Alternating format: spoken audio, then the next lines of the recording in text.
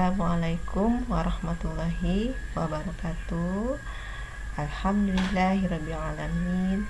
Wa binasta'inu ala umuri dunya waddin.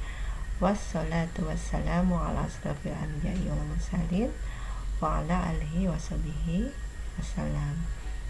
Alhamdulillah. Rabbi israh li sadri wa yassir li amri wahlul 'uqdatam min lisani yafqahu qawli. Alhamdulillah, segala puji dan syukur hanya kepada Allah Subhanahu wa taala. Salawat dan salam semoga selalu tercurah kepada Nabi Muhammad sallallahu alaihi wasallam beserta keluarga, sahabat dan pengikutnya sampai akhir. Baik, Ananda salih-salihah beserta ayah dan bunda, pada kesempatan ini izinkan saya untuk menyampaikan suatu kisah yang insya Allah bisa menjadi inspirasi, yaitu tentang hakikat puasa dan berbuka. Tersebutlah Fulan yang merasa memiliki pengetahuan agama yang cukup mumpuni. Nah, Fulan ini ingin berguru kepada seorang syekh. Nah, demi menemui syekh tersebut, Fulan harus berjalan jauh hingga ke negeri seberang. Nah, sesampai di hadapan syekh, Fulan mengungkapkan keinginannya itu untuk menjadi murid dari syekh.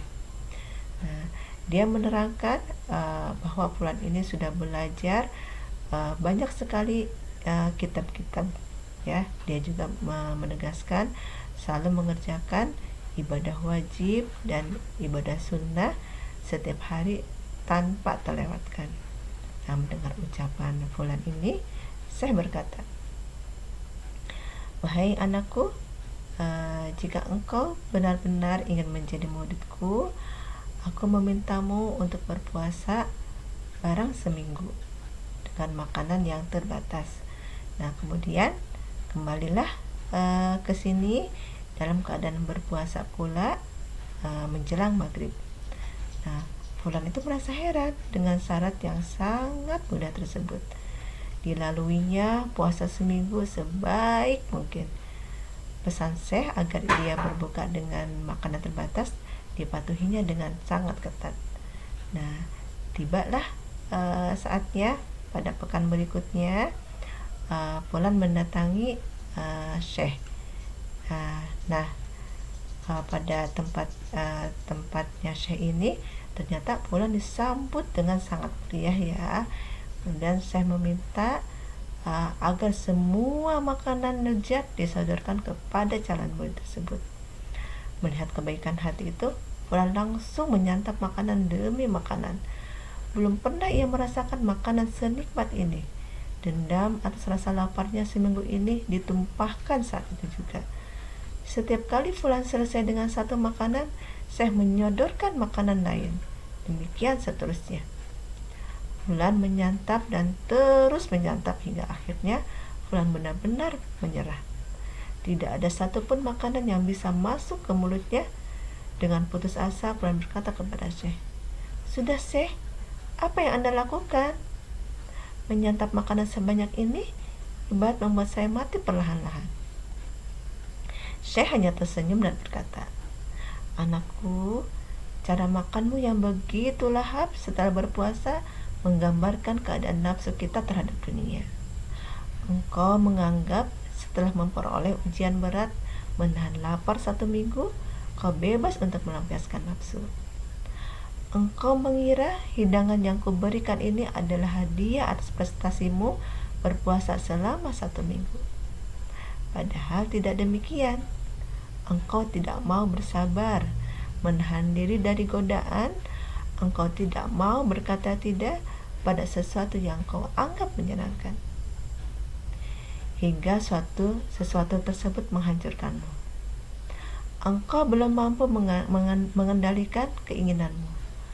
Kau bisa menahan diri ketika kekurangan, tetapi tidak mampu menahan diri saat segala berlebihan." Nah, Ananda salih-salihah, ya, dan ayah bunda, ya, dari kisah Fulan ini ya, kita jadikan cerminan diri sendiri. Ya, seringkali ketika kita sedang berpuasa kita tidak masalah kalau untuk menahan lapar, namun ketika kita berbuka rasa-rasanya ya seisi meja makan hendak kita habiskan, padahal puasa itu kan berarti menahan ya. Nah, secara teknis ya, setelah seseorang mampu menahan lapar dan haus selama 1 hari, diharapkan mampu membatasi segala keinginan duniawinya. Bukan hanya selama berpuasa, tetapi juga setelah berbuka.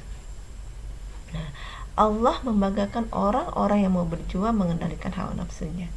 Nabi Muhammad SAW bersabda, Allah Azza wa Jalla berfirman kepada para malaikat, lihatlah kepada hambaku yang meninggalkan hawa nafsunya, kesenangannya, dan makan minumnya karena aku.